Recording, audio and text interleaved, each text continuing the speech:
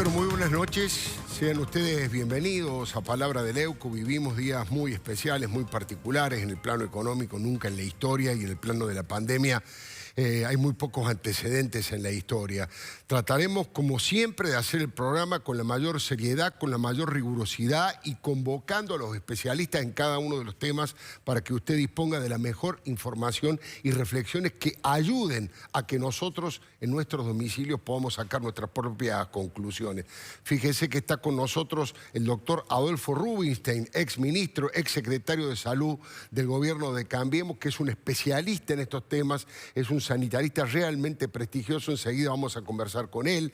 Queremos saber qué está pasando en el conurbano profundo, en el corazón de La Matanza, donde hay tanta gente humilde, tanta gente que vive en la marginalidad, y yo lo defino diciendo: no se lavan las manos porque no hay agua, no porque no quieren. 2 millones de argentinos no tienen agua de red, y por eso está el diputado nacional, el Toti Flores, de la coalición cívica, para contarnos qué pasa alrededor suyo, porque él vive allí en La Juanita, en el barrio, en pleno corazón de La Matanza, como le decía. Y también queremos saber, hacer un análisis riguroso y crítico de nuestro trabajo, el de los periodistas y de los medios, y por eso está nuestra ex compañera y futura compañera, ojalá, Adriana Amado. Buenas noches. Es de todo, periodista, pero básicamente en este caso la estamos tratando de llevar adelante como analista de los medios de comunicación. Déjeme que le diga, como hago siempre, dónde estoy parado desde el punto de vista editorial, para que quede todo claro cuál es mi postura, y después, por supuesto, vamos a consultar a estos especialistas y a otros especialistas que también van a salir por teléfono o protagonistas de todas las noticias que están ocurriendo en estos últimos días. Arranco diciendo un parte diario, porque esto es como una crónica de guerra, ¿no? Una crónica de guerra contra el coronavirus, por supuesto. En este parte diario, la información básica es que a esta altura y a esta hora hay 387 contagiados, y son 6 las personas muertas, las personas fallecidas. Mire, según la Real Academia Española, colapso significa destrucción, ruina de una institución, de un sistema o de una estructura. Y eso es lo que tenemos que evitar en todos los planos. Evitar los colapsos. Primero, por supuesto, el del sistema de salud. Por eso estamos en plena cuarentena obligatoria, para que un tsunami de argentinos con coronavirus no paralicen los hospitales públicos ni los sanatorios privados. Esa es la tarea de las tareas, esa es la tarea de las tareas. Ese es el principal objetivo compartido por todo el país, y es la mejor manera de evitar la mayor cantidad de muertes posible. Pero hay algunos señores que no entienden, no sé, tienen barro en la cabeza, en el cerebro, por no decir otra cosa de un lenguaje más vulgar.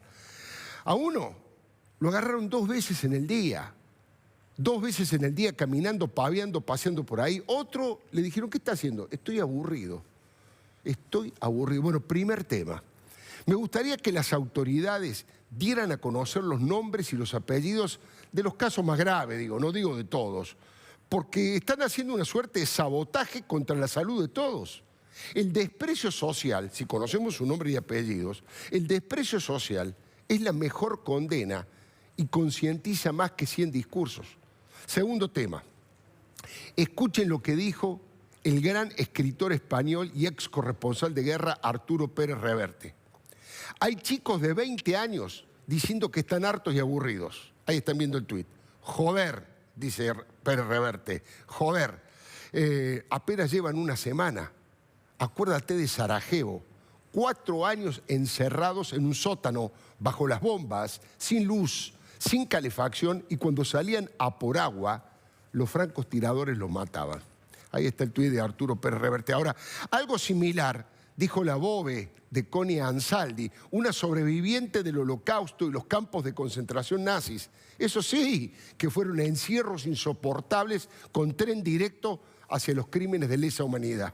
Y hoy, 24 de marzo, se cumplen años del comienzo del terrorismo de Estado, con sus catacumbas y centros clandestinos de desaparición, tortura y asesinato. Pero primero veamos a la Bobby de Connie Ansaldi con qué razonabilidad habla. Porque dijeron los micros de larga distancia la semana larga que viene. Sí. Que no van a ir. No. y ya avisaron ahí de mamá a todos lados que nos van a recibir, que nadie... Está muy bien. Que nadie nos venga. Decir a la gente que se quede en su casa. ¿Cuántos años te quedaste vos escondida en un pozo? 6 años. Y bueno, la gente... Sin bañarse, nada. Por eso, ¿la gente en su casa está bien o no? ¿Pero qué te vas a comparar? En mi gueto casi 2 años tuvimos. Ahí tenés. Quédense en sus casas, che. Casi 2 años en el gueto, sin poderse bañar, dice. Mire, por eso creo que es una frivolidad imperdonable quejarse de llenos. Los que más sufren son los únicos que pueden quejarse. Digo, los que viven hacinados en una pieza del conurbano, los que no tienen un mango para morfar, los que no se lavan las manos porque no tienen agua y no porque están aburridos. Está emergiendo una de las principales razones por las que Argentina se cayó a pedazos en los últimos años. La densidad de imbéciles individualistas por metro cuadrado que tenemos es altísima. Y así es muy difícil construir el progreso social. Se premia demasiado la piolada, la presunta y maldita picardía criolla, y se castiga muy poco a los que hacen la suya y le importa un carajo el destino de sus semejantes. Vemos lo que pasó con un empresario importante y una referencia como Marcelo Tinelli, ¿no? Ahí lo estamos viendo. Alejandro Bornstein, que a esta altura es nuestro comandante en la lucha contra la estupidez, se refirió a los pelotudos famosos. Escribió el domingo en Clarín que el premio al pelotudo del año se lo lleva Tinelli y le dedicó un párrafo a Cristina, que huyó del drama argentino como hizo siempre en Cromañón, el siniestro de Estación 11, las inundaciones de La Plata, siempre Cristina lejos del sufrimiento. Irónico, Alejandro Bornstein aclaró que esta vez Cristina hizo lo correcto, se lavó las manos. Pero lo que no se puede creer es lo que hicieron Daniel Filmus y Marcelo Saín, 2 cristinistas a tiempo completo.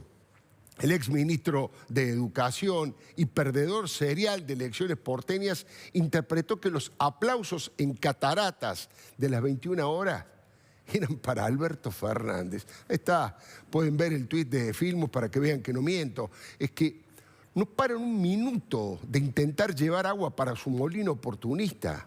Pero bueno, lo atendieron duro en las redes, ¿no? El bailarín Maximiliano Guerra le dijo demagogo. Nuestro colega Diego Cabot de La Nación apeló a la sátira, dijo, siempre se puede ser un poco más Filmus en la vida. Y nuestro compañero de Radio Mitre, crítico de cine y runner, Santiago García, lo calificó directamente de salame. Y el talentoso humorista Ariel Tarico le tiró, querete un poco y guardate, pan triste. A esta altura no se entienden los motivos por los que el gobernador santafesino Omar Perotti todavía no le sacó la tarjeta roja al ministro de Seguridad Marcelo Saín. Vende humo, no solucionó ninguno de los problemas de su cartera y ya mostró su hilacha impresentable demasiadas veces. Dijo que la explosión de los crímenes narcos era estacional y que se quedaba en la capital a descansar porque en Santa Fe lo iban a cagar a tiros. Lo dijo el ministro de Seguridad de la provincia de Santa Fe, pero ahora fue too much, diría Cristina, porque ni hablar del resultado feroz que tuvieron los 2 motines en las cárceles de Santa Fe, 5 muertos, algunos fue prendido fuego delante de sus compañeros. Saín, ¿sabe lo que hizo? Acusó a los chetos de ser los que produjeron esta terrible pandemia que afecta a todo el planeta. Se puede ver de la manera en que lo planteó. Ahora, si quieren ideologizar el tema, le quieren dar un carácter de lucha de clases, debería saber que esto comenzó en la dictadura china que tanto admira Saín y que se propagó más rápido, producto de la represión y la censura contra el médico que dio el alerta temprana y que por eso además fue acusado por el régimen de ejercer actividades ilegales y de perturbar severamente el orden social. Lui Li Wenliang, así se llama este médico de 34 años que después se contagió y murió por el virus que para los tiranos maoístas era un invento del enemigo. El diputado Waldo Wolf no se la dejó pasar a Saín. Inadmisible, peligroso, generador de odio de clases, estigmatizante, prejuicioso, fascista, innecesario, extemporáneo, malo, mi repudio. Todo eso le dijo el diputado apenas en un tuit. Bueno, algo parecido a la provocación de Saín dijo otra atacada por el virus del fanatismo y la ideologitis, que es la inflamación de la ideología. Hablo de Carolina Mera, la decana de Ciencias Sociales, nada menos, según reveló Carlos Raimundo Roberts, Mera aseguró, desde el frasco en el que seguramente vive, que el virus es una construcción social del neoliberalismo y los medios. Le faltó agregar que hay que combatir a la monarquía porque por algo el bichito ese se llama corona, ¿no? ¿Se puede ser tan negacionista? ¿Se puede conducir la Facultad de Ciencias Sociales con ese nivel de dogmatismo? Ahora, Saín no quiere ni siquiera que le den los kits para hacerse los test a esos chetos que él dice que son la peor cara de la sociedad, porque se fueron de viaje. Ahora, esa conducta despreciable, también es una conducta despreciable los que se fueron cuando estaba prohibido. En medio de esa prohibición, también la involucra Cristina. Ahora, no creo que Saín tenga el coraje de decir algo de esta, vamos a usar el lenguaje de Saín, de esta señora cheta que vive en Barrio Norte, que tiene departamentos en Puerto Madero, en el Calafate y millones de dólares en las cuentas de sus hijos y de sus testaferros. Su hija Florencia se despidió de Cuba con otra sobreactuación presuntamente literaria. La hija presidencial, que igual que su madre, debería rendir cuentas ante la justicia. Bueno, en el caso de que la justicia existiera, en su texto final, desde La Habana, dijo que lloró lágrimas negras, con respeto y ánimo de ayudarla. Que se fije bien, tal vez se le haya corrido el rímel, ¿no? A propósito, Cristina no dijo una palabra de apoyo a Alberto ni a los gobiernos provinciales que están dando esta dura batalla.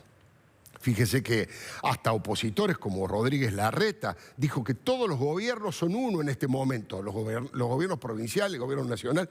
Y el propio Mario Negri, que es un crítico duro del peronismo, calificó al presidente como comandante. Fíjese el nivel de unidad en esto. Pero Cristina, ¿qué dijo? Nada. Nada. Después vamos a tener un informe especial del doctor Carlos Clark respecto de esto. El silencio de Cristina. ¿Se le habrá roto el celular, que no puede emitir ni siquiera un tuit?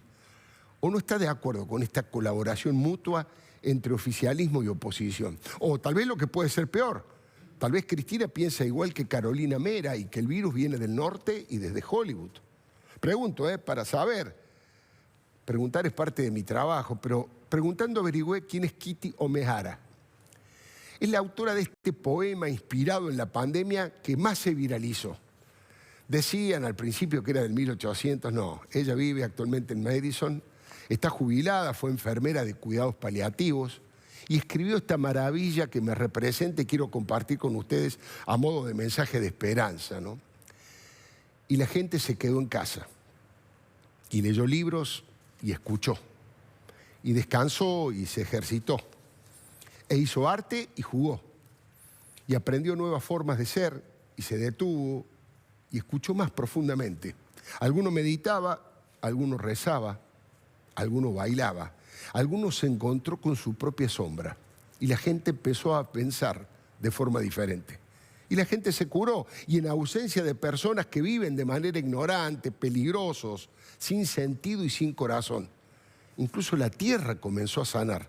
Y cuando el peligro terminó y la gente se encontró de nuevo, lloraron por los muertos, y tomaron nuevas decisiones, y soñaron nuevas visiones, y crearon nuevas formas de vida, y sanaron la tierra completamente, tal y como ellos fueron curados. La verdad que eso me sirve como introducción y anticipo algunas noticias maravillosas. Como no hay gente depredando en las calles, la naturaleza salió del sótano al que la habíamos condenado. Fíjese algunas maravillas que están ocurriendo en distintos lugares. En Venecia, el agua se hizo transparente y volvieron los cisnes. En Junín de los Andes ocuparon las calles los ciervos. Y la contaminación planetaria bajó muchísimo. Y otro tema maravilloso, ese abrazo multitudinario a la distancia que todos los días a las 9 de la noche le damos a los médicos, a los enfermeros y a los científicos. Esos son subproductos positivos, el mejor aspecto de esta crisis muy negativa. La verdad que la peor ley es la ley de la selva. Hay que evitar la depresión que puede producir el encierro, tomarlo con temple, fortalecer nuestro ánimo, apostar a un desafío de aprendizaje y a utilizar como escudo el humor y las tareas constructivas. Hay que evitar que colapse la hermandad. No se puede estigmatizar a los enfermos y mucho menos utilizar este drama con un oportunismo despreciable. Estela Carlotto y Eve de Bonafini, una vez más, sembraron vientos. La presidenta de Abuelas dijo que si hubiera estado el gobierno anterior, justo está acá quien fue ministro de Salud, si hubiera estado el gobierno anterior, no sé cuántos moriríamos. Llenarían de mentira los medios diciendo que no pasa nada. No me cree, esto dijo Estela Carlotto. Así que esto es fatalidad, ¿no? Gracias a Dios, porque si hubiera estado el gobierno anterior, no sé cuántos moriríamos, porque seguramente no hubieran hecho nada más que decir mentiras sobre los medios de comunicación diciendo que todo está bien. Entonces, digamos, es una desgracia casi con suerte. Una desgracia casi con suerte, madre mía. La presidenta de las Madres le pidió al presidente Fernández directamente que indulte a los presos de la corrupción kirchnerista. Ella le llama presos políticos, son los presos de la corrupción kirchnerista.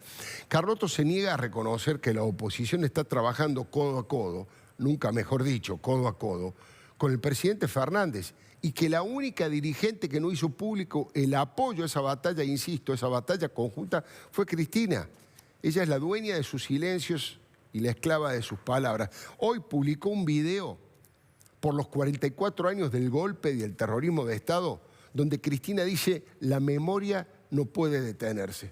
Mire, con sinceridad, pienso que Cristina y Néstor se callaron tanto y durante tanto tiempo sobre la violación de los derechos humanos y los crímenes de lesa humanidad, que cuando llegaron a la presidencia, en forma oportunista empezaron a pagar todas esas deudas que contrajeron. Recién en el 2003 se sumaron al discurso de los organismos. 20 años de complicidad y de mirar para otro lado. La democracia regresó en 1983 y ellos recién en el 2003 abrieron la boca. Por eso alardean de lo que carecen. Su hija, otra vez, apenas llegada, ya utilizó el Twitter para seguir construyendo su lugar de víctima. Puso, estoy buscando la forma de dejar de sentirme extranjera. Una idea humilde que le aporto, Florencia. Si devuelven lo que robaron, tal vez la inmensa mayoría de los argentinos vuelva a respetarla. No sé, digo, es una idea nada más. Ahora, para terminar con la gente que no quiero para mi país, un párrafo aparte para un energúmeno llamado Gustavo Cardinale. Es el empresario que violó la cuarentena para ir a su country en Tandil, pero que además ingresó con su empleada doméstica escondida en el baúl. Un salvaje inhumano, que redujo a la servidumbre y casi a la esclavitud a esa mujer. Por suerte lo descubrieron, está preso. Y me parece razonable que sea acusado en la justicia de varios delitos, incluso por el INADI, por discriminar así a una humilde empleada. Lo principal es evitar que colapse nuestra humanidad. Convertirnos en animales es el peor camino, aunque los animales no se contagien con el coronavirus. Por eso no me canso de enviar este mensaje, digo, para toda la gente de buena voluntad que quiera habitar el suelo patrio, ¿no? Hay que quedarse en la casa para resistir. Así vamos a soportar los golpes y jamás nos rendiremos. Como dice la canción, erguidos frente a todo, resistiremos para seguir viviendo. Le doy mi palabra. Bueno, ahora llegan las verdaderas opiniones, las importantes. Doctor Rubinstein, muchísimas gracias por haber venido. Muchas gracias. La primera pregunta, he leído una cosa suya en Twitter, una reflexión respecto de que hoy todos somos en el planeta conejillos de indias, de proyectos absolutamente novedosos. ¿Por qué no nos explica un poco eso, doctor? Bueno, estamos ante una situación absolutamente inédita que no ha ocurrido nunca en la historia. Que casi media humanidad, o una buena parte de la humanidad, en este momento esté tomando medidas tan drásticas de, digamos, distanciamiento social, medidas que implican aislamiento forzado en los domicilios, cierre de actividades, cierre total de ciudades, etcétera. La verdad que no se ha experimentado nunca. Es una suerte de experimento natural donde todos estamos siendo, toda la humanidad estamos siendo conejillos de indias. Y tenemos la oportunidad de empezar a ver un poco cómo se están comportando las diferentes sociedades y los diferentes países. Estamos viendo qué países lograron sobrellevar, digamos, esta situación, encontrar vías alternativas para poder contener esta pandemia. Otros países que comenzaron mucho más tarde y mal, y que hoy están enfrentando una tragedia. las diferentes culturas que implican, las culturas orientales, donde privilegian mucho más el derecho colectivo sobre el individual, donde tienen, más allá de los contextos sociopolíticos que tienen, en general hay un respeto y una tradición milenaria hacia el orden, la autoridad y el cumplimiento de las normas versus las sociedades occidentales y particularmente los latinos. Claro. Y nosotros estamos como un poco más atrás. ¿En qué sentido? Nosotros estamos, casi diría yo, 10, 15 días atrás. No tanto. Pero esos 10, 15 días nos dan una ventana de oportunidad para ver las cosas que se han hecho razonablemente bien de las que se han hecho mal. Y así como uno puede decir en la actitud que ha tenido nuestro país en esto, una primera etapa de mucha vacilación y mucho titubeo, y por ahí también toda esta contaminación de la grieta que yo creo que existió al principio, de pensar que aquí lo que importaba era el dengue y no lo que importaba, no el coronavirus, claro, y que teníamos una suerte de virus nacional y popular y otro virus que era la construcción del imperialismo, todo esto que recién has comentado. Me parece que llegó un punto en el cual, digamos, nos pusimos todas las pilas, empezando por el presidente, que tuvo una actitud muy buena de ponerse al frente de todo esto, y la oposición que acompañó cerradamente. Y yo creo que esto, la verdad que es bastante inédito también en nuestro país. Sí. No ha habido demasiadas situaciones. Y me parece que estamos, como decía, en una suerte de ventana de oportunidad de poder hacer las cosas bien, tomar medidas durísimas socialmente, pero de manera anticipada, y tener una chance de poder evitar la tragedia de lo que está pasando hoy en Europa. Por ejemplo, en Europa, en Italia y en España. Doctor, no quiero potenciar esa grieta de la que usted habla, pero bueno, Estela Carlotto se ha referido a que menos mal que no está el gobierno anterior porque hubiesen mentido diciendo que estaba todo bien y hubiesen muerto mucha gente. No estaba previsto, pero usted ha sido el funcionario de salud gran parte de ese gobierno. ¿Qué opina? ¿Qué reflexión le merece? ¿Usted cree que el gobierno de Cambiemos hubiese estado a la altura? Son escenarios contrafácticos. Claro. No tiene sentido que opine sobre eso. Lamento muchísimo las declaraciones de Estela de Carlotto porque es alguien que tiene una trayectoria y un prestigio y una causa muy noble y que me da mucha pena que se contamine, digamos, se embarre en este tipo de cosas. No sé qué hubiera pasado si hubiéramos estado nosotros. De todos modos, digamos, es como si yo dijera, bueno, estas semanas que por ahí hubo dilaciones, se podrían haber comprado los reactivos que faltan para hacer un testeo masivo. No tiene sentido, porque en este momento ya está. Las medidas que se han tomado ahora son las correctas, se están haciendo las cosas bien, estamos todos remando para el mismo lado, y yo creo que tenemos una oportunidad para sobrellevar lo mejor posible una situación con una enorme incertidumbre. Muchísimas gracias. Ahora seguimos conversando. Diputado del Toti Flores, muchas gracias por estar aquí. Yo recién lo comentaba.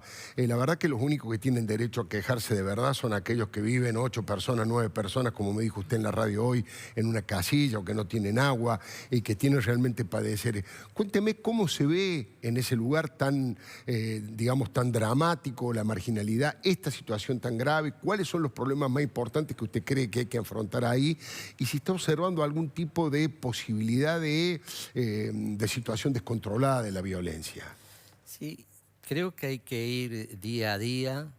Los primeros días aparecía como que en estos lugares el coronavirus no llegaba porque era solamente una cuestión de los que viajaban a Europa. Claro. Muchas veces las declaraciones de los dirigentes políticos que quieren de alguna manera consolidar a sus adherentes, en este caso, cuando se trata de problemas tan graves, son absolutamente contraproducentes porque eso desarmaba la posibilidad de que se tomara conciencia en estos lugares que nos toca a todos. Que la lucha contra el coronavirus es de todos. Entonces la gente salía a la calle, a los supermercados, al cajero automático, no tenía la distancia óptima ni nada por el estilo, lo cual era sumamente peligroso, pero estos 2 últimos días esto ha cambiado ya y creo que tiene que ver también con una política que se tiene desde el lugar de seguridad, patrullando las calles y todo eso. Por lo menos los centros de los barrios, de Las Ferreres, de Catán, han cambiado su fisonomía. Ahora viene el problema de la reflexión, digamos, ¿no? Ya en la casa, 7, 5, 9 personas en una casilla, qué sé yo, en un lugar donde la otra casilla que está al lado tiene la misma situación, te hace ver tu realidad de manera dramática, que vos no podés contener a los chicos adentro, que tenés que darle de comer más veces de la que muchas veces le da, porque a veces la escuela lo contiene, y empieza a generar angustia. Yo creo que hoy la gente está angustiada, tiene temor hacia dónde vamos a ir, se da cuenta que esto no es una cuestión de 2 o 3 días, un fin de semana largo, ni nada por el estilo, sino que tiene que tener esto por mucho más tiempo. Y esa angustia lleva también a repasar la historia, fundamentalmente los que vivimos en el conurbano, de cómo en los momentos dramáticos de nuestra vida lo resolvimos. Y empezás a pensar, bueno, pero si no tengo para comer, en el supermercado hay, veo, qué sé yo, y esto puede ser peligroso cuando algunos oportunistas buscan estas cosas, inclusive para robar, digo, delincuentes que utilizan Delincuente común, gente, aunque no sea político, claro. Sí, que utilizan a la gente y la necesidad de la gente. Si bueno, vamos a saquear, y va con la camioneta y se lleva para, después lo vende en el barrio. Digo, eso lo hemos visto los que conocemos eso. Eso se está incubando. Y yo creo que es muy importante ahora la presencia del Estado. Todavía hay demanda. Yo no diría que hay necesidad de decir chicos que pasan sin comer 2 o 3 días. Todavía eso no hay porque de alguna manera hubo un colchón. Pero ahora ya se empieza a pensar en qué va a pasar los próximos días. Y fundamentalmente aquellos que tienen la asignación por hijo, que tienen el programa social, tienen una contención, claro. El problema son estos millones de trabajadores por cuenta propia, aquel que hace changa. Yo le contaba hoy en la radio de un mensaje que me manda un artesano diciéndome, ¿qué vamos a hacer nosotros? Yo quiero vivir de mi trabajo, no quiero planes sociales. Yo sé que es necesario que lo tenga, digo, pero él todavía seguía con eso. Y planteaba algunas cosas interesantes, diciendo, quiero que me compren lo que hago, la artesanía, aunque sea por internet.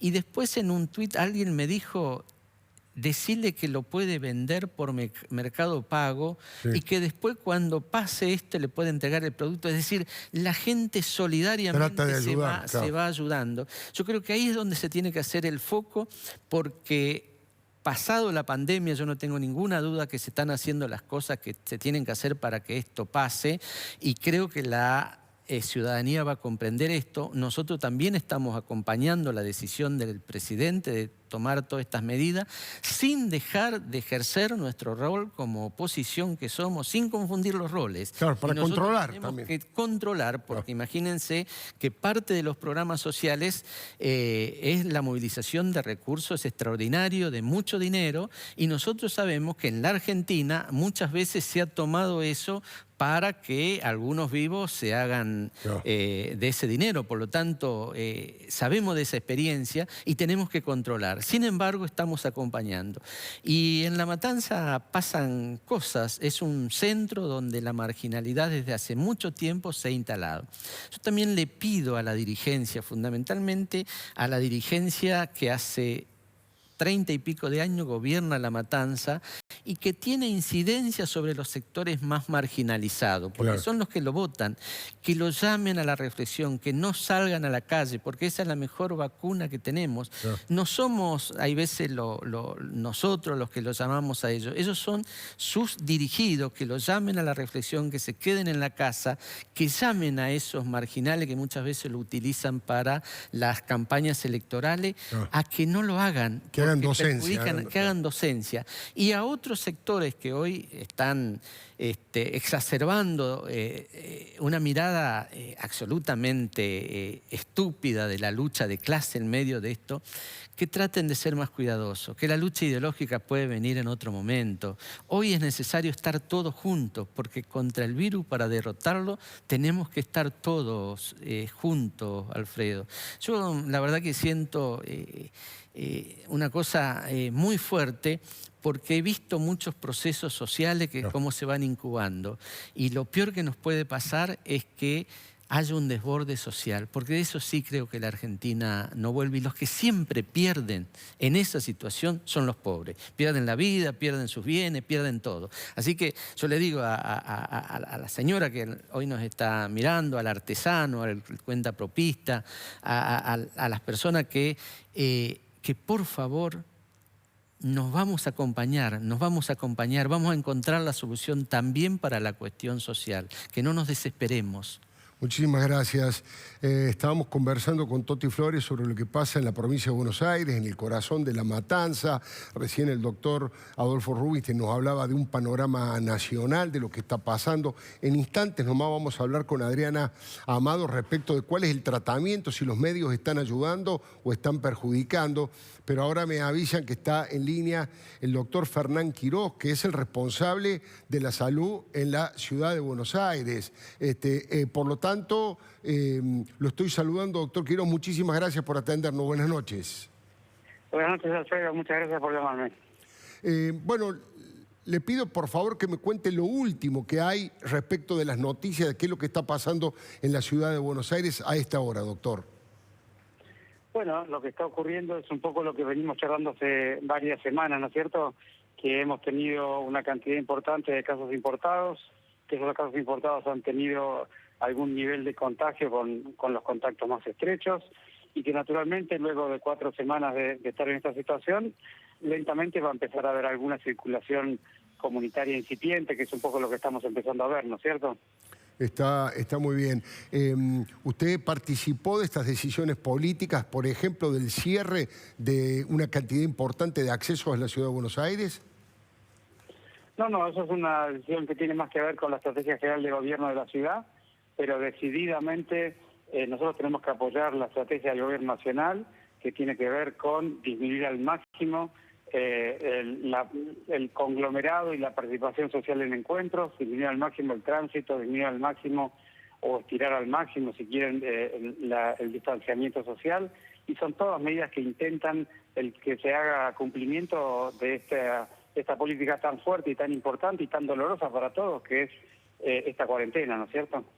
Doctor Quirós, con la experiencia que usted tiene en el campo privado, en el campo del Estado, de todo lo que ha visto hasta ahora de esta situación absolutamente inédita que se está dando en el planeta y por supuesto en nuestro país, ¿qué es lo que más le ha impactado? ¿Qué es lo que más le ha llamado la atención? ¿Lo que más lo sorprendió de todo esto, usted que está directamente en el medio de la situación?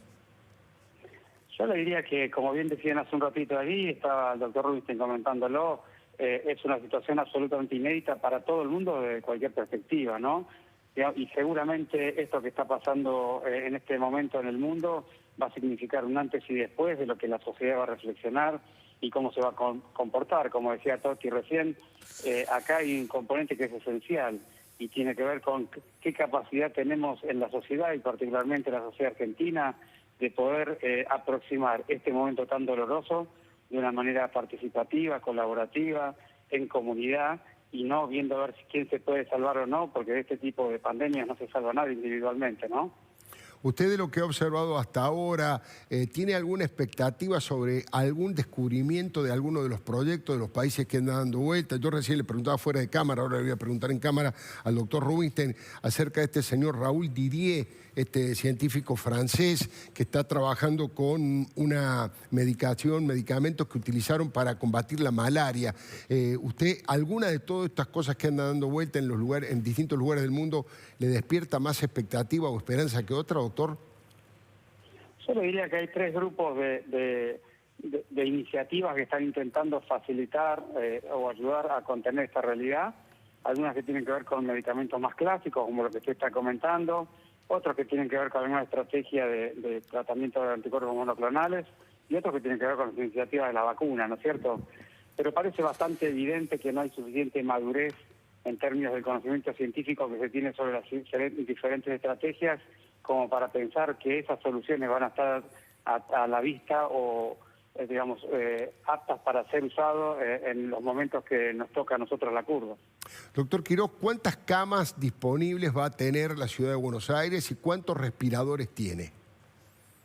Mire, nosotros estamos haciendo lo primero que hemos hecho es una estimación, primero en la ciudad de Buenos Aires, luego hemos compartido una mesa de trabajo tripartita con la Nación y la provincia, tratando de tener una estrategia metropolitana, porque se imagina que estas epidemias no respetan mucho los límites geográficos. Claro. Y, digamos, tenemos una estimación sobre los diferentes escenarios posibles. Hemos tomado la decisión de tomar dentro de los posibles el más duro y preparar a todo el sistema de salud de la ciudad, que es el sistema privado, el de la seguridad social y el público, como para hacer frente a esa situación. Para esa estimación, nosotros tenemos, en el sistema público, tenemos evaluado que requerimos aumentar 400 camas de internación general, necesitamos aumentar 180 camas de terapia intensiva y tenemos que disponer de 2.000 camas de hoteles para el peor día de toda la serie de la curva que vamos a tener. Y estamos trabajando exactamente en contratar los recursos humanos, en comprar las tecnologías, los respiradores, los monitores, en capacitar a todo el equipo de salud en la ciudad, en hacerlos partícipes del proyecto y hacerlos sentirse seguros de que lo estamos cuidando para que ellos puedan cuidar a la comunidad, y preparando todas las áreas de cuidado prehospitalario, sobre todo los módulos de febriles, para poder atender a los pacientes sin que tengan que circular por los hospitales, ¿no? Es decir, el proyecto es bastante integral, aproxima todas las dimensiones del cuidado de la salud, integra la seguridad social con el privado, y es una estrategia integral que intenta tomar el 80% de los pacientes y no tenerlos en el hospital, pero tampoco llevarlos al domicilio, porque sería una catástrofe sanitaria si estuvieran conviviendo con otras personas, ¿no? Está muy claro. Doctor, yo sé que el mensaje de siempre es que la gente se quede en la casa, que se lave las manos como corresponde, que sea muy cuidadosa en el contacto, que no vaya a visitar a ningún pariente, que tengan cuidado con los adultos mayores.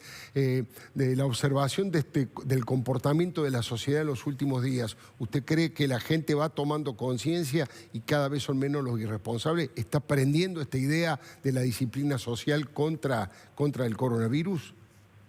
Yo creo que cada día que pasa el comportamiento social mejora un poco. Por supuesto que necesitamos mejorarlo rápidamente a una velocidad apropiada, pero me gustaría retomar el comentario suyo porque me parece tremendamente trascendente. Esta es una enfermedad que genéricamente enferma a mucha gente, pero claramente daña de manera grave o irreversible a un subgrupo de personas que son de alto riesgo. Entonces, más allá de las cuarentenas y de que no hay que circular y todo lo que ya todo el mundo sabe, cada domicilio tiene que buscar la mejor estrategia para aislar dentro del domicilio a las personas de riesgo de su propia familia. Claro. Y ese es un mensaje ahora que hay que darlo muy fuerte. Ya hicimos el esfuerzo global de toda la comunidad, ahora cada familia dentro de su domicilio, según sus características, sus condiciones y sus posibilidades, tiene que empezar a desarrollar la estrategia de cómo va a lograr que las personas de tercera edad estén en algún lugar suficientemente aislado como para no poder tener contacto con el resto de la familia de manera riesgosa. El doctor Quiroz ha sido muy amable. Muchísimas gracias por atendernos en el medio de este combate y con todo el esfuerzo y sacrificio que están llevando adelante y con toda la actividad que desarrollan. Muy amable, muchísimas gracias. No, por favor, gracias por llamar y saludos a todos ahí en el piso. Muchísimas gracias. Bueno, Adriana, la pregunta un poco quedó planteada. Sos una observadora meticulosa, rigurosa del comportamiento de los medios. ¿Están ayudando? ¿Están perjudicando? Yo sé que es difícil generalizar los medios. En esa valija entran muchas cosas, la valija de los medios, y también si ayudan o no. Pero bueno, quería saber tu mirada de todo esto. Mira, muchos están hablando de infodemia, haciendo un paralelismo entre la pandemia epidemiológica y la infodemia, digamos, este desparramo de información a veces sin control. Y curiosamente las medidas contra la pandemia son similares que contra la infodemia, ¿no? Y hasta podés hacer un equivalente. Así como la información es, de alguna manera, una protección, también el exceso, como el alcohol en gel, irrita. Claro. Entonces hay que tomarla en su, digamos, en su medida. Y hay que empezar primero a ver qué sirve y qué no sirve. Es interesante que la pandemia encontró a todas las sociedades con una crisis de confianza en dos sistemas, el sistema político y el sistema mediático. Claro. Nos pasamos estos últimos 3 años diciendo que no había que creer en nada, que la fake news, que tal y cual, y resulta que ahora necesitamos que la gente confíe y es el peor momento para construir la confianza. Seguro.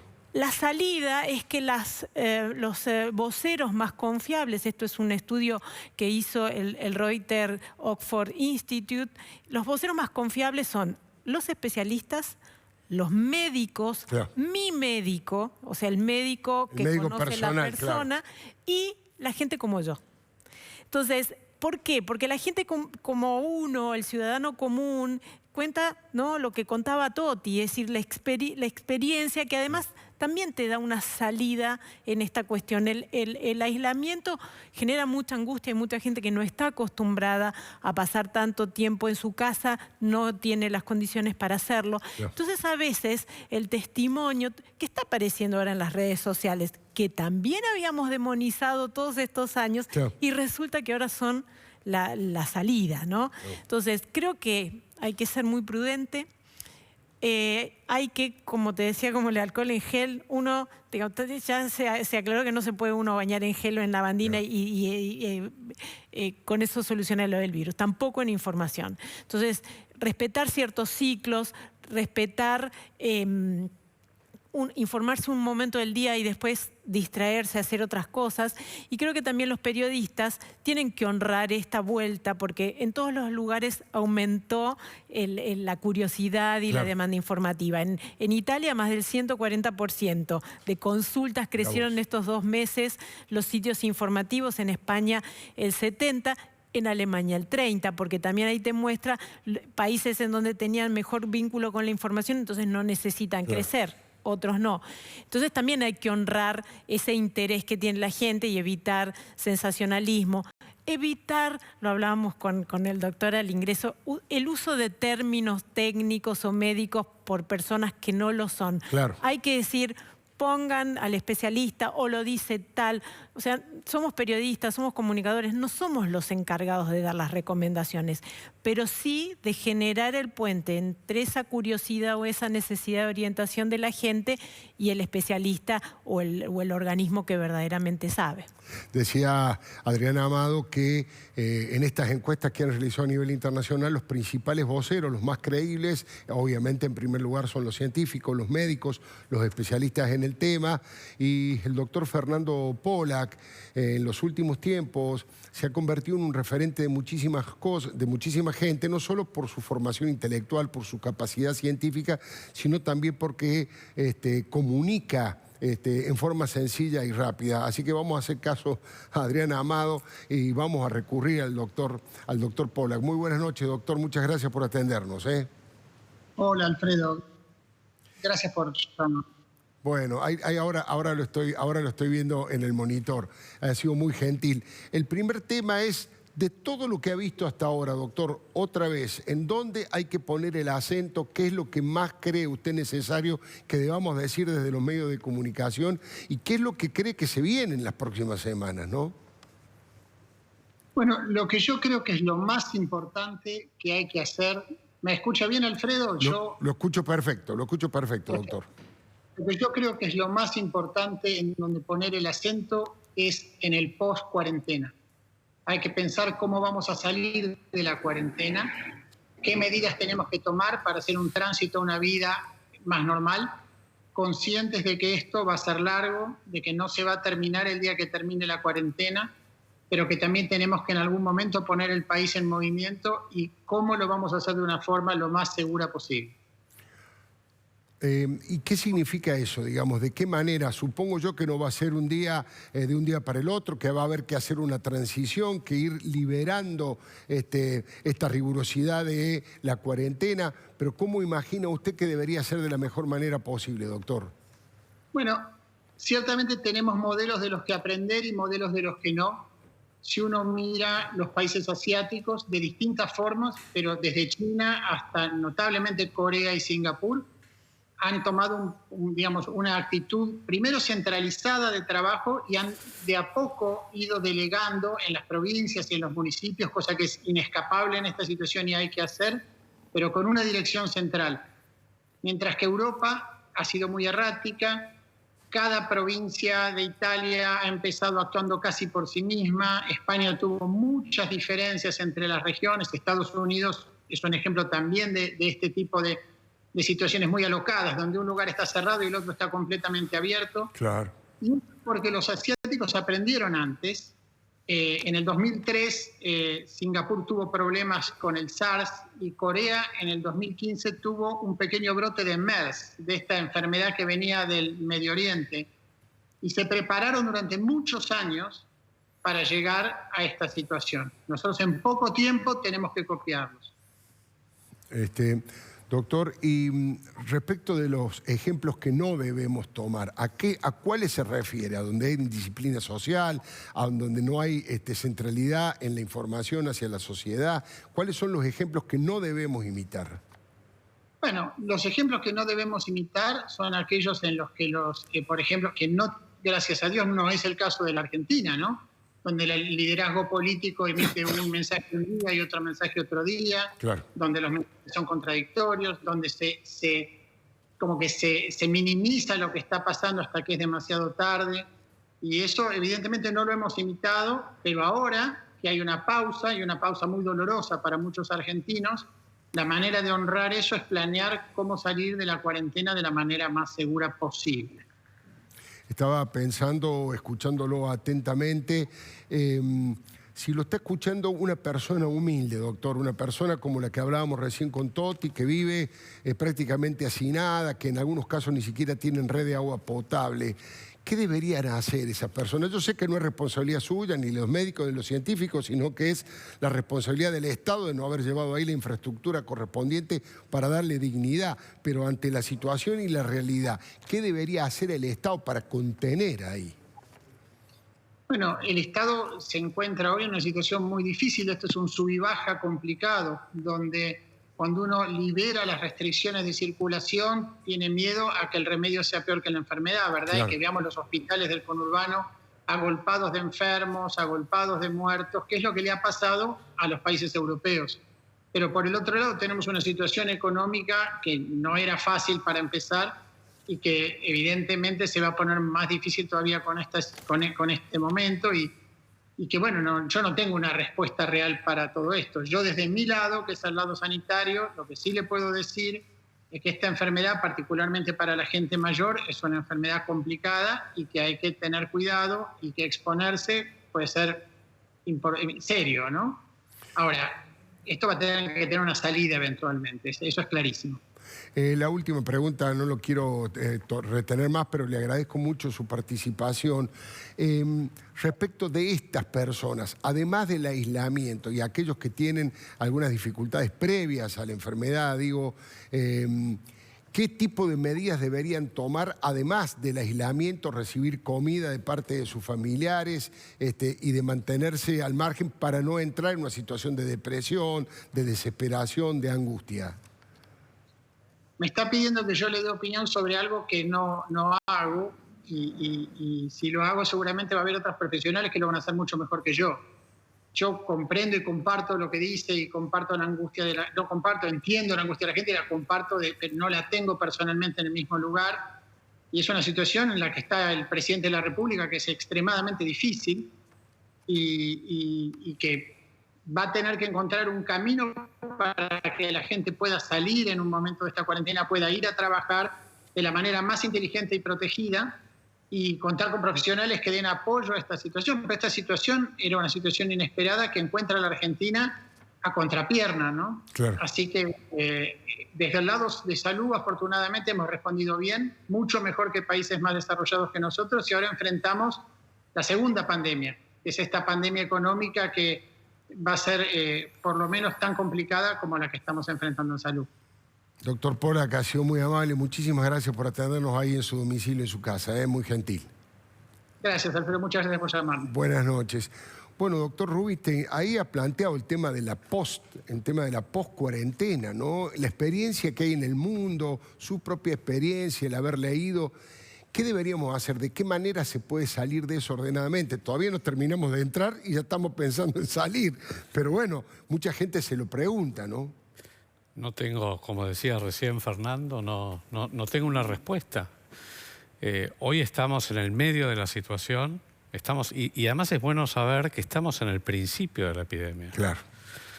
esta cuarentena... Perdón, digamos, doctor, usted dice el principio significa que estos muertos que hoy se van a multiplicar, no hay ninguna duda. No sabemos todavía por cuánto, pero evidentemente va a haber más muertos en la Argentina.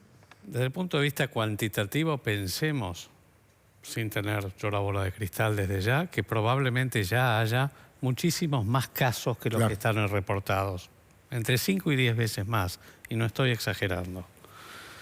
¿Por qué? Porque, bueno, falta todavía, digamos, gente que tiene que testearse, que son casos sospechosos, que por suerte ya están en aislamiento, pero hay que testearlos, porque todavía no, recién ahora se va a comenzar con un testeo a mayor escala, donde se van a detectar, ojalá, como está ocurriendo en muchos países que tienen testeos masivos, muchos casos, digamos, muy poquitos sintomáticos o asintomáticos que contagian mucho menos, pero vamos a tener muchos más casos.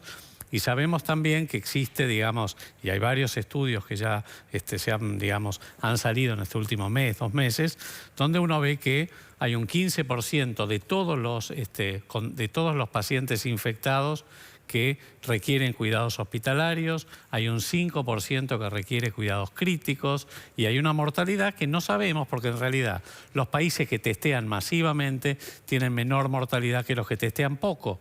Así que las cifras de mortalidad en este momento no le daría mayor importancia. Ahora, es muy probable también que cuando termine el 31 de marzo, esta primera cuarentena debamos prolongarla. Claro. Porque hacen falta al menos 2 a 3 semanas para conocer más o menos bien la trayectoria de la epidemia en la Argentina. Y después se van a tener, probablemente se prolongue un poco más. Si vemos lo que está pasando en China, porque no tenemos muchas experiencias, o sea, no hay muchos ejemplos de esto. Claro. Cuando me dicen, ¿qué experiencia? Ninguna experiencia. Y nadie tiene experiencia en esto. Porque ni siquiera el SARS o el MERS que mencionó Fernando han tenido la magnitud de esta epidemia. Y la gripe A, por supuesto, que fue enorme, fue la última gran pandemia, pero no generó esta, digamos, velocidad de propagación y esta mortalidad. Entonces, la realidad es que vamos a tener que ver qué pasa en China. En China, mañana, en Wuhan y varias ciudades, mañana se comienzan a relajar las medidas. Mañana. Que es la ciudad donde comenzó. Es donde comenzó todo. Mañana ya ha habido muy poquitos casos nuevos en las últimas semanas. También es cierto que no están testeando los asintomáticos, que aproximadamente son un 30% de los casos, pero no ha habido casos nuevos prácticamente. Vamos a ver qué pasa. Entonces, ¿qué es lo que probablemente ocurra? Que estas medidas drásticas, ojalá, produzcan realmente un amesetamiento de la curva, que como empezamos con, digamos, anticipadamente y muy bien, con menos de 100 casos cuando se tomó la decisión, lo que estamos viendo ahora es lo que ocurrió hace 14 días, 15 días, incluso las muertes son de hace 20 días. O sea, no estamos viendo como si viéramos una foto hoy de lo que pasó hace 15 días. Entonces, recién las medidas que se han tomado las vamos a ver de acá a 2 semanas. Sin duda. Y ahí vamos a ver exactamente cómo seguir. Probablemente, ojalá, digamos, si logramos cambiar la trayectoria de la epidemia, podamos relajar algunas medidas de acá a 3 semanas, pongamos un mes. Permitir, por supuesto, las medidas de distanciamiento social van a seguir y yo creo que van a seguir durante todo un el tiempo año. Largo, claro. Vamos a proteger particularmente a los grupos más vulnerables, como los ancianos más frágiles. Cuando sepamos el mapa en el que estamos caminando, ¿no? Probablemente, tal vez terminemos con el aislamiento forzado y veamos qué pasa. Tal vez en algunos lugares haya que seguir con estas medidas, en otros no. Va a haber que ir sobre la marcha, es muy dinámico esto, y digamos, hasta que llegue la vacuna o algún tratamiento antiviral específico, como todos los que están dando vueltas por ahí. Seguro. Toti, hay un virus que me parece que es demoledor y terrible, que es el virus de la discriminación y de la xenofobia, que en este tipo de situaciones y en todos los momentos de la historia aparece con mucha fuerza aquellos que discriminan a los enfermos, a los pobres, a los ricos, a los morochos. Hoy me contabas en la radio que cuando vos planteabas que mucha gente que tenía 8 o 9 hijos, en las redes sociales algunos contestaban, ¿y por qué tienen tantos hijos? Casi como decir que se jodan por los hijos que tuvieron. ¿De qué manera combaten eso? ¿De qué manera apoyan, contienen a la gente que sufre ese tipo de discriminación?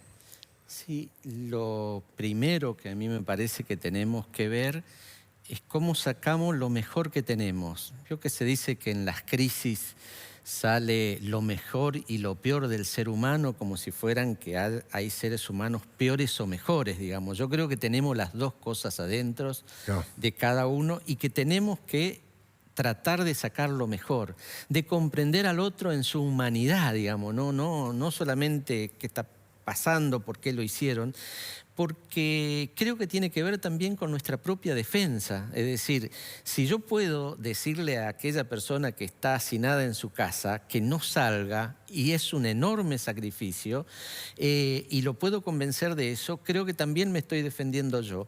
O que no salga a buscar el sustento de manera violenta, porque eso va a traer otra tragedia para la Argentina. Sin duda. A mí me parece de cómo se sale esto. La verdad que yo soy optimista en la vida, pero a mí me parece que hay que tener mucho cuidado con la cuestión social, que no haya una explosión y que terminemos... sí, todos contra todos. Y todos contra todos de manera 2001, salvaje, porque también el país se va al tacho. Hay algunas cosas que me parece que son interesantes a la hora también de definir una política. Primero, la responsabilidad que tenemos nosotros como dirigentes políticos y fundamentalmente los dirigentes de la oposición. Nosotros tenemos que hacer que transitemos este camino de acompañamiento a las decisiones del presidente, todas las cosas que se han hecho, bien acompañarlo, pero al mismo tiempo no perder que es muy importante que la institucionalidad salga fortalecida, que no sea en desmedro, eso se hizo bien en desmedro de la institucionalidad. Por eso tampoco hay que pensar en exageraciones. Y la otra cuestión a mí me parece que contener, y esto también es transversal a todas las clases sociales, en algunos lugares lo pueden hacer mejor, en otros no tanto, es contener a los niños que no pierdan esta cuestión de la educación. Hoy nosotros tenemos un jardín de infantes ahí en la cooperativa La Juanita y las maestras me han sorprendido durante todos estos días, le han estado dando tarea para que lo hagan vía internet, vía el WhatsApp, y lo hacen, y los padres contentos de ver a los se acercan chicos, de alguna manera, porque eso está previendo la posibilidad de que salga bien constituida la familia. Es decir, todas estas cosas que a veces aparecen como unas cosas que son tremendas, la educación también es una herramienta importante para fortalecimiento de la familia. Muchísimas gracias, Toti, muy amable el diputado Flores. Me dicen que está en línea Gino Tubaro. Gino Tubaro es un inventor, un hombre al que apreciamos mucho por todo lo que ha hecho, de muchísimo prestigio, y ha sufrido una situación muy particular de la que queremos saber, bueno, cómo salió, cómo le fue. Gino, buenas noches, ¿cómo estás? Hola, Alfredo, buenas noches. Bueno, contanos sintéticamente qué te pasó. ¿Quedaste varado en dónde? ¿En México? Bueno, claro, nosotros nos fuimos a entregar prótesis a México, íbamos a entregar 500 prótesis. De un momento al otro, o sea, salimos en enero, estuvimos preparándolas y de un momento al otro se declaró que era la pandemia. Se pospone el evento donde estábamos trabajando y al momento de posponerse empezamos a buscar la forma de volver cuanto antes a Argentina. Estuvimos yendo, viniendo, tuvimos dos tickets de vuelo. Y nos quedamos en el aeropuerto primero de Guadalajara durmiendo en el piso, después viajamos a Ciudad de México, ahí se nos cancelan también los vuelos, nos quedamos durmiendo en el aeropuerto de México y después tuvimos la suerte de poder subirnos a otro vuelo que nos trajo vía Panamá. En Panamá se detectó que había una persona que tuvo coronavirus, esa persona la hospitalizaron y nos tomaron a todos los que estábamos ahí en el aeropuerto como personas con posible contagio del mismo. Entonces ahora estamos haciendo cuarentena. Ahora estás en cuarentena como corresponde. O sea, desde que te enteraste que tenías que regresar a la Argentina hasta que arribaste, ¿cuánto tiempo pasó? Y nos habrá llevado, creo que esto fue a principios de marzo, un poquito más que se declaró. Y empezamos a sacar vuelos, pero la verdad es que el primer vuelo que habíamos conseguido, que estaba libre, era el 22 de marzo. O sea, fueron muchos días porque estaban todos ocupados o las tarifas iban por arriba de los $1000. ¿Y de qué manera te repatriaron? ¿Quién te trajo a la Argentina? Nos trajo una aerolínea privada, pagamos el vuelo y después hicimos todo el trayecto porque habían personas que no habían llegado a subir, personas que eran no residentes argentinos, que no fueron al vuelo y tuvimos la suerte de estar ahí y que nos dijeron, che, mirá, lo mismo que les recomendamos a a todos los argentinos es que se queden esperando en el aeropuerto. Sé que no es lo mejor porque es un lugar de contagio, pero fue lo que a nosotros nos sirvió, tanto para irnos desde Guadalajara a Ciudad de México, a Panamá y después vuelta a Argentina. Gino, muchísimas gracias. Queríamos saber cómo estabas, que aparecieras en la tele. Hubo mucha preocupación porque no se sabía bien cómo ibas a regresar. Sos una persona muy apreciada y bueno, mucha gente estaba en duda. Así que es un gusto que hayas podido salir un rato, por lo menos en la tele, desde tu cuarentena, para mostrar que estás bien, que has llegado sano y salvo. Así que en su momento te esperamos acá en el piso cuando superes la cuarentena para charlar tranquilo, ¿eh? Sano y salvo y vuelta trabajando, así que con impresión 3D esperamos a ayudar un poquito más. Ojalá. Un abrazo grande y muchas gracias, Gino Tubaro, ¿eh? Bueno, la última pregunta, Adriana, tiene que ver con del comportamiento. ¿Haces diferencia entre el comportamiento de los medios audiovisuales, los medios gráficos, las redes sociales? ¿Te parece que algunos tuvieron una mejor reacción que otros? ¿Algunos fueron más tóxicos que otros? Mira, creo que algunos se están aprovechando del sensacionalismo y del rating que dio sobre todo estas primeras semanas para llevar agua para su molino, como dirían. Pero creo que también estamos haciendo aprendizajes rapidísimos en un montón de cosas. Así como gente que se resistía. Yo tenía colegas en la universidad que no tenían ninguna intención de sacar una dirección de email y ahora tienen que dar clases por redes sociales. Claro. Creo que tenemos que pensar que también vamos a aprender a saber cuáles son los medios que informan, cuáles son los medios que hacen política. Y ahí en un punto vos citabas el caso de la ex decana de sociales. Sí. Ella puede decir que era una construcción social, pero la universidad está cerrada por cuarentena. Claro. No es que, o sea, las medidas son concretas. Claro. Entonces creo que ahí hay un punto en donde el mensaje o lo simbólico pasa a un segundo plano. Algunos medios creen, de hecho yo lo hablaba con algunos periodistas, que si no tenían que exagerar la nota para que la gente tomara más conciencia. Y eso es totalmente contraproducente, porque el inconsciente no escucha y ya no va a escuchar. Y el que sí está muy atento se puede sugestionar y el pánico... y además también la frustración, como decía el doctor, ahora los números van a seguir creciendo. Entonces va a surgir la pregunta, pero no era que íbamos a pararlo entre todos y no lo paramos. Digo, a veces también cuando vos es exceso de consignismo, cuando lo tomas como una causa nacional, convertir eso en una épica también es peligroso. Claro. Porque no deja de ser una emergencia sanitaria que requiere responsabilidad. Pero sí lo que se está viendo es que la gente está como mucho más consciente, más responsable incluso que los comunicadores. Entonces creo que también de esto nos va a servir mucho para aprender a manejar mejor la información, a seleccionar mejor, a entender además que tenemos que hacer un uso responsable. Y así como estamos en el aislamiento social, también aislémonos un poquito de las aglomeraciones en los grupos de WhatsApp. Claro, ¿no? O sea, de la locura en las redes también, ¿no? También, exactamente. Adriana Amado, como siempre, muchísimas gracias, muy amable. Doctor Rubinstein, diputado Flores, muy amable por haber venido, muchísimas gracias. Falta todavía una mirada política, yo le comentaba en la columna, este silencio sorprendente de Cristina no ha salido a decir yo estoy encolumnada detrás del presidente Fernández, no ha dicho nada respecto de esta cosa, Cristina. Bueno, el doctor Carlos Clark tiene un informe especial, ya venimos.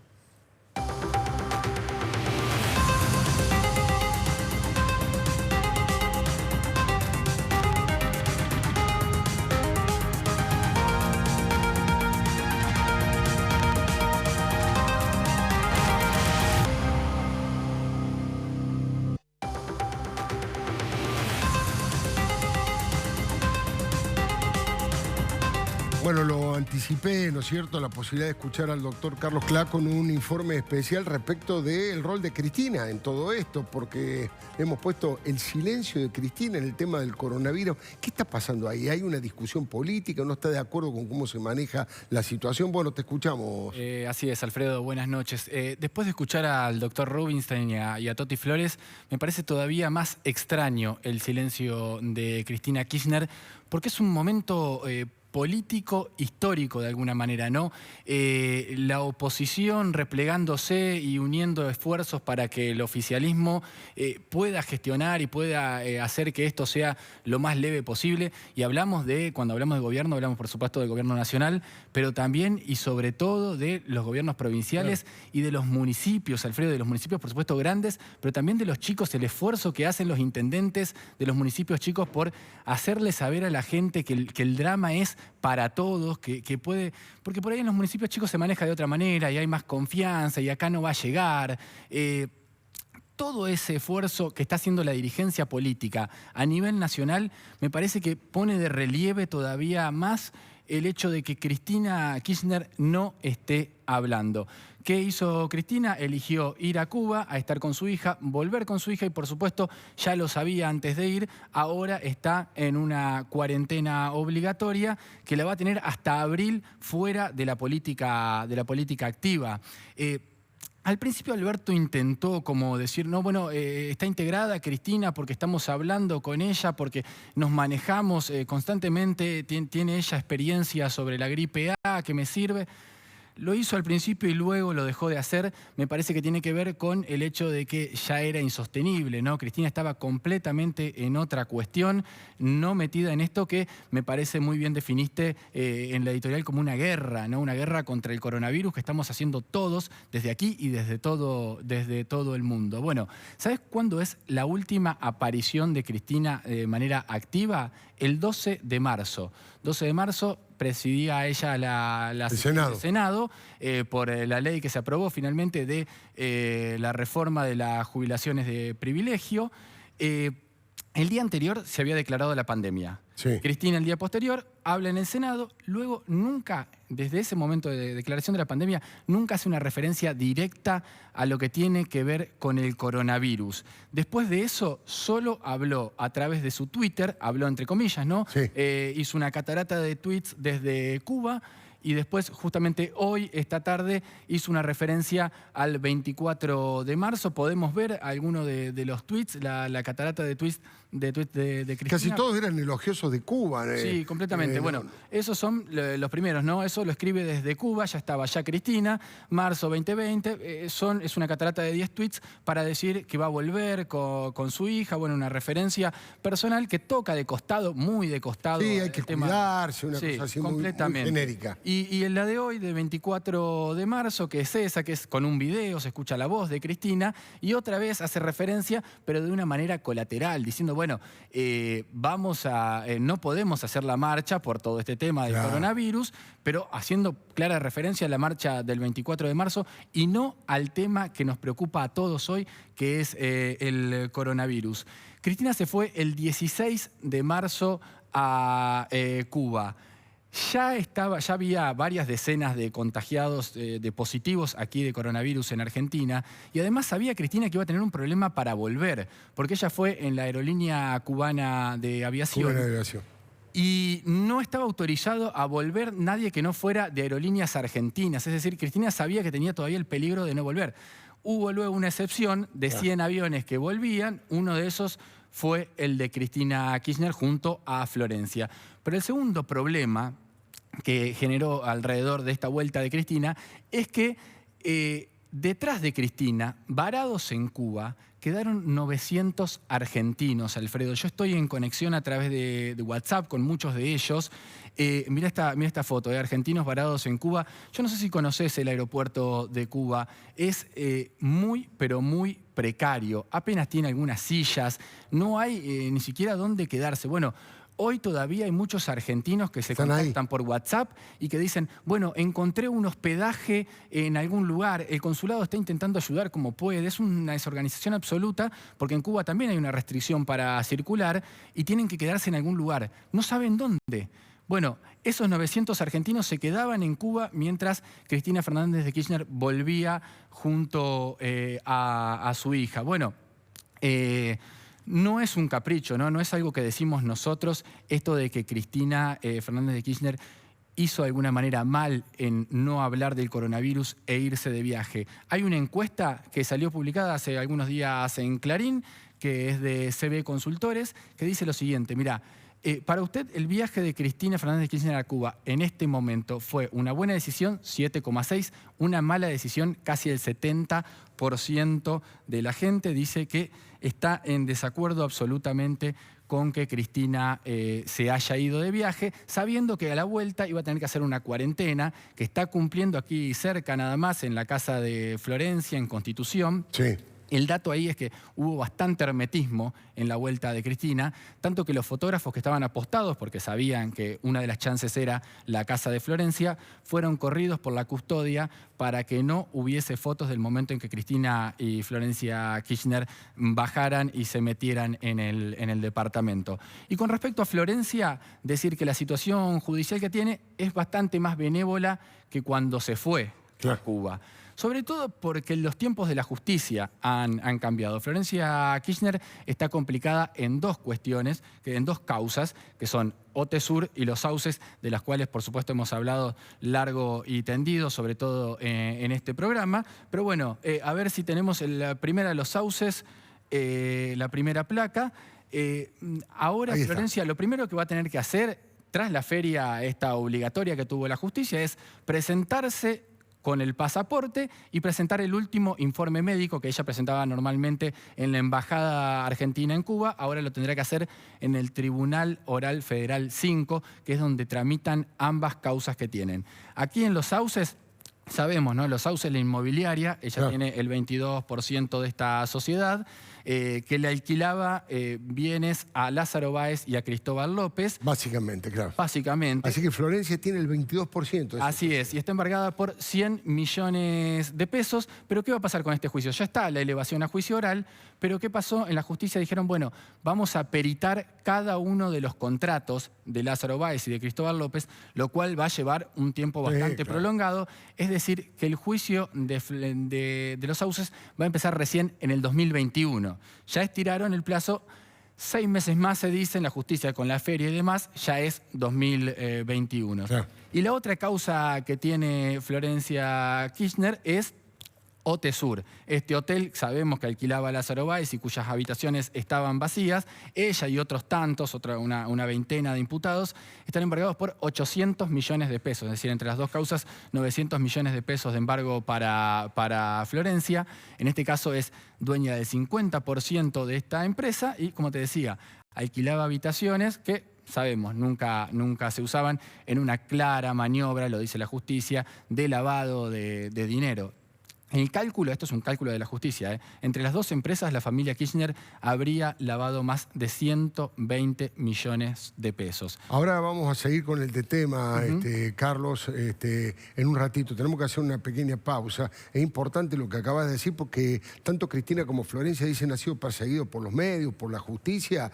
¿Los medios le obligaron a Florencia a que tuviera el 50% de la empresa OTESUR? ¿Los medios le obligaron a Florencia a que tuviese un porcentaje en la empresa de los sauces? Son cosas que le impuso su madre, son cosas que le impuso su hermano, y eso es lo que está investigando la justicia. Pero hay más datos todavía. Le quiero hacer una pregunta respecto de una causa de Cristina, porque Cristina se fue a Cuba cuando el otro día tenía que comparecer a un juicio. Recién al otro día tomaron la determinación de que se iba a postergar, pero ella se fue la noche anterior. Ya venimos.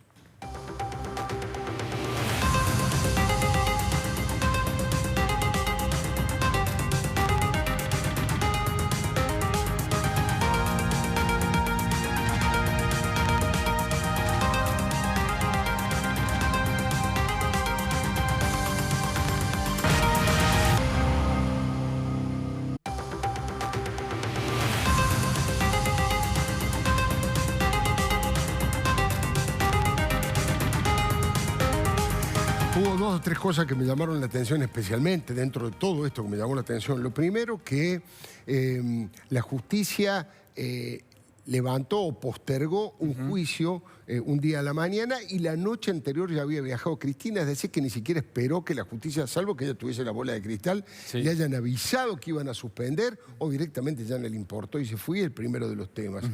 Y el segundo de los temas que me parece absolutamente novedoso es cuál es la razón política de todo esto, porque no creo que Cristina gane, no solo por lo que vimos recién en la encuesta que mostraste.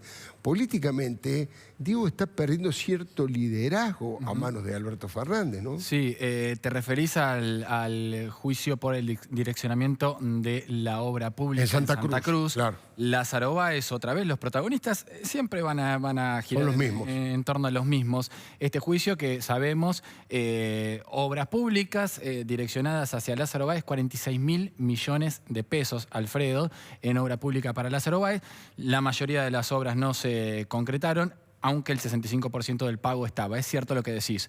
El Tribunal Oral Federal 2, el 16, es decir, cuando Cristina ya estaba en Cuba, dijo, bueno, vamos a postergar el juicio porque hay un grupo que está en esta zona de riesgo con respecto al coronavirus, pero mira cómo Cristina pudo viajar, no le importaba demasiado el Estando en hecho zona de coronavirus. riesgo también, por supuesto. Estando en zona de riesgo, por supuesto.